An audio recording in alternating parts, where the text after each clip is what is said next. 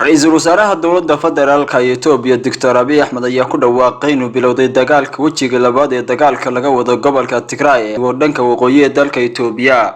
Dr. Abiib Axmed ayaa markale baaq u diray jabhadda TPLF inay isku soo dhiibaan ciidamada qaranka ee dagaalka kaga jira gobolkaasi. 72 saacadood ayuu qabtay inay isku soo dhiibto TPLF waana markii saddexaad oo muddo 3 casho uu qabto TPLF madaxdeedu inay isku soo dhiibto xilli ciidamada dowladda federaalku gabi ahaanba ay furimaha hore dagaalka ay guulo ka gaadheen isla markaana muddo maalmaad dagaalo culus iyo waliba rafaad iyo dhimasho badan iyo dhaawac u badan laga furtay ay gaadheen goobihii bartilmaameedkooda ahaa isla markaana ciidamada qayb ka mid ah wax 70 kiiloomitir gaariya ula jiraan caasimada maqal ee xarunta TPLF. ciidamada dowladda federaalka ay jihooyinka dhanka galbeedka iyo waliba sidoo kale jihooyinka kala duwan ayaa lagu amaanay guulaha ay dagaalkaasi ka gaadheen iyadoona ciidamada jihada galbeed ka dagaalamaya ee dowladda federaalka Ethiopia ay goolo ka gaadheen furimaha hore dagaalka iyagoona guud ahaanba soo xulay xuduudda Suudaan ee leeyahay gobolka Tigray ee dalka Ethiopia. ciidamada dhanka galbeedka ayaa qabsaday magaalooyinka ka mid yihiin Daansha iyo sidoo kale Xumayra iyagoona dhanka kale ku dhigay gacanta magaalooyin waaweyn ee ka mid tahay Shire, Aksum,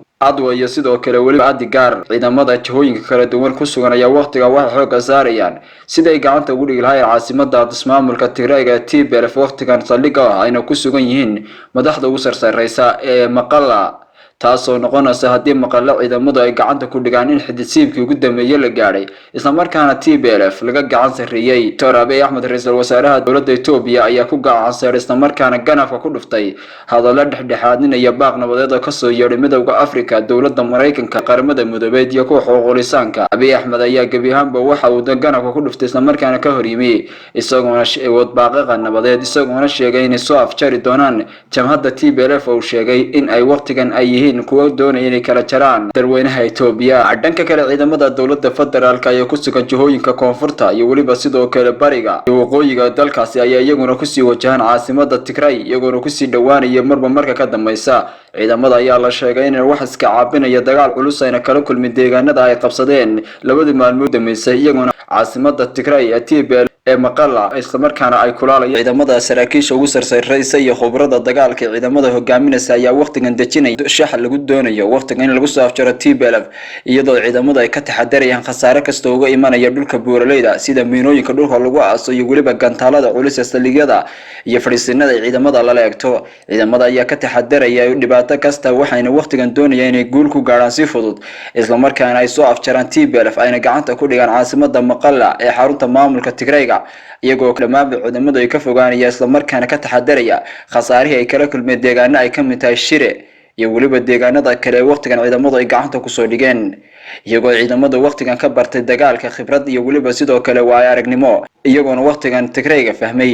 ciidamada ayaa sheegay in adeegsanayaan taangiyada dagaalka iyo waliba madaafiicda goobta isla markaana ay ku garaaci doonaan caasimada Maqalla haddii Tigraygu ay ka dhaga adeegaan baaqa iyo waliba sidoo kale maalmaha kooban ee loo qabto dagaalku hadda uu ku ururay isla markaana la iskugu yimi halkii dowladdu ay doonaysay isla markaana bartilmaameedka dowladdu ahaa oo ay la soo afjaro xarinta ugu weyn ee TPLF lagana maamuli jiray dhammaan dhaqdhaqaaqyada TPLF. taangiyada dagaalka iyo waliba sidoo kale madaafiicda goobta ayaa laga soo dhaqaajiyay dhanka xuduudda Cafarta ay la leeyihiin iyagoona ku sii wajahan jiidda hore dagaalka iyo waliba sidoo kale goobaha ciidamadu ay ku sugan yihiin. haddii TPLF loo adeegsado taangiyada dagaalka oo la raacinayo madaafiicda goobta iyo waliba hubka ritada dheer sida khatarta xulaya ayaa waxa magaaladaasi soo gaari kara khasaare. gudaha magaalada Maqalla TPLF waxa ku sugan shacab weyne kala duwan iyadoona TPLF waqtigan ay gabaad ka dhiganayaan si ay caalamka iyo waliba hay'adaha xuquuqul insaanka ay ugu soo jeediyaan dagaalka gobolkooda ka socda. waxay waqtigan ay gabaad ka dhiganayaan dadka shacabka. ciidamada dowladda ayaa shalay baaq u diray dadka shacabka ee ku dhaqan gobolka Tigray ee Maqalla iyagoona sheegeen ciidamadu inay gabi ahaanba shacabku iskaga fogaadaan goobaha TPLF ku sugan tahay ayna ka dhex baxaan TPLF si aanay dhibaatooyinka TPLF dagaalka iyo waliba sidoo kale bartilmaameedka TPLF ay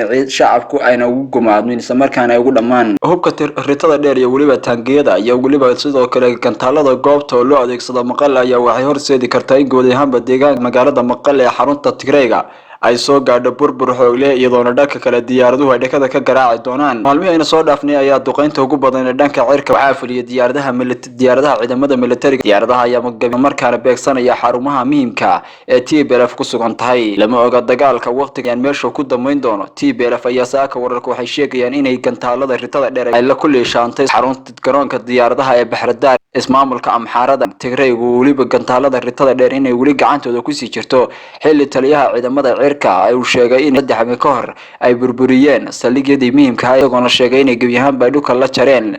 ayna duqeeyeen god uu sheegay in 5 mitir hoos loo qodo ay yaaleen gantaalada ritada dheer ee waqtigan ay Tigray u adeegsanayeen inay ku garaacaan ama ay ku leeshaamaan gudaha Itoobiya. Ra'iisul wasaaraha Itoobiya Dr. Abiib Axmed muuqato inuu Tigray ka gacan sareeyay ciidamadana ku dhiirigelinaya inay maqalla si degdeg gacanta u dhigaan hadlaya Tigray isla markaana fariin u diray ayaa sheegay isla markaana yiri dariiqa burburkeena gabagaba ayuu ku dhow yahay waan hadalada waqtigan uu ku bahdilayo isla markaana uu hanjabaada bahdilaada iyo waliba sidoo kale digniinta iskugu jira ra'iisul wasaaraha Itoobiya uu u adeegsanayo isla markaana uu ku bahdilayo jamhadda TPLF. madaxda TPLF ugu sareysa ayaa ku sugan caasimada Maqalla lama oga si ay uga bixi doonaan iyadoona jihooyinka muhiimka ah waqtigan ay u baxsan kari lahaayeen ay ciidamadu kaga hareereysan yihiin inkastoo ay u banaan tahay Janiska buuraleyda inay u baxsadaan. TPLF ayaa la ogeyn inay dagaalka ay nafta u huri doonaan ay ku dhamaan doonaan waqti la sheegay TPLF inay soo dhiibaan inay ka doorbidaan inay xabadda ku TPLF u babadhigaya ciidamada malaayiinka ee Itoobiya ee laga soo kiciyay jihooyinka kala duwan. saacadaha iyo maalmaha soo socday foodo inagu soo haya ayaa loogaan doonaa jawaabta ay TPLF ka bixiso hadalada Dr. Abiib Axmed halka uu ku dhamaado gulufka waqtigan ciidamada ay ku hayaan gobolka ismaamulka Tigray ee TPLF.